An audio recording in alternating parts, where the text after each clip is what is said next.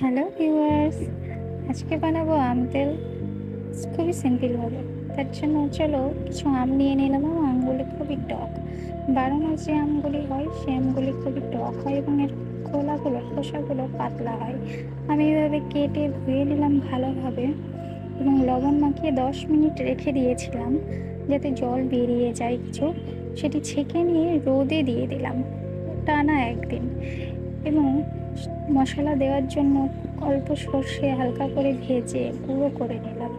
এবার দিয়ে দেব লবণ, গুঁড়ো লঙ্কা, গুঁড়ো হলুদ, 5 ফোড়ন এবং গুঁড়ো সর্ষে ভালো করে মাখিয়ে নিয়ে দিয়ে দেব সর্ষের তেল। সেটাও ভালোভাবে মাখিয়ে রোদে দিয়ে দেব। তার আগের দিন এইভাবে বানিয়ে রাখা সেম পদ্ধতিতে তাতেই সেই আমগুলো আমি ঢেলে দেবো এবং টানা 3 দিন রোদ দেওয়ার পরে দেখুন কি সুন্দর আমগুলি সফট হয়ে এসেছে। এবং কাচের পাত্রে রেখে দেবো। কাচের পাত্রে রেখে দিলে আমগুলি ভালো থাকে এবং মাঝে মাঝে একটু রোদে দিলে আমগুলো আরও ভালো থাকে।